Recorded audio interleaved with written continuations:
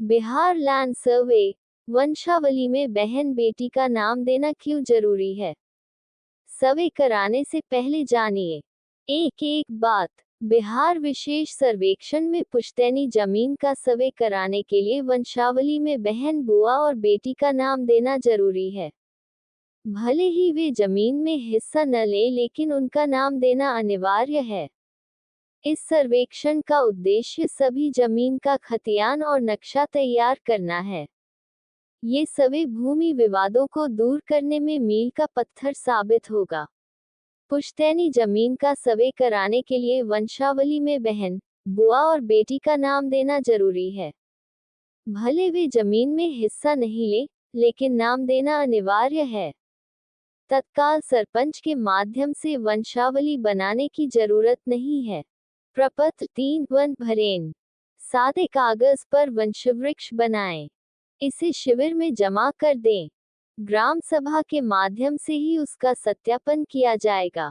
ये कहना है जिला बंदोबस्त पदाधिकारी राजीव रंजन प्रभाकर का। उन्होंने कहा है कि रैयत के लिए अभी प्रपत्र 2 और 3 एक भरकर जमा करना है। इसी आधार पर सर्वे की प्रक्रिया पूरी होगी। जितना संभव हो एकत्र कर ले कागजात। बंदोबस्त पदाधिकारी ने बताया कि सर्वे का उद्देश्य सभी जमीन का खतियान और नक्शा तैयार करना है। इसके आधार पर ही भविष्य में जमीन की खरीद बिक्री होगी। विशेष सर्वेक्षण का खाता खेसरा लिखना, रकबा भी जरूरी होगा। भूमि विवाद को दूर करने में ये सर्वे मील का पत्थर साबित होगा। रैयत इस सर्वेक्षण में सहयोग करें। जो भी उनके स्तर से कागजात वांछित है, उसे तत्परता से जुटाएं और जमा करें। कुछ लोगों में भ्रांति है कि जमीन का कागज नहीं है तो वह सरकार की हो जाएगी। ये बिल्कुल निराधार है।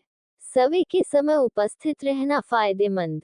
सर्वे के दौरान जब अमीन जाएंगे तो यथासंभव मौजूद रहे या अपना कोई आदमी वहां रखें, क्योंकि रैयत की उपस्थिति नहीं होने पर आसपास के लोगों से अमीन जानकारी लेंगे। ऐसे में सर्वे में गलत जानकारी दर्ज हो सकती है। इससे गलत नक्शा तैयार हो सकता है, क्योंकि अमीन स्थानीय तो होंगे नहीं।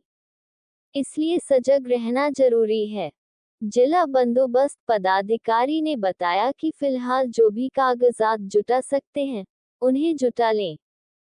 प्रपत्र 2 में रैयत का नाम, राजस्व, ग्राम, थाना नंबर, हल्का नंबर जानकारी है तो भर दें। कठिनाई है तो अमीन से संपर्क करें।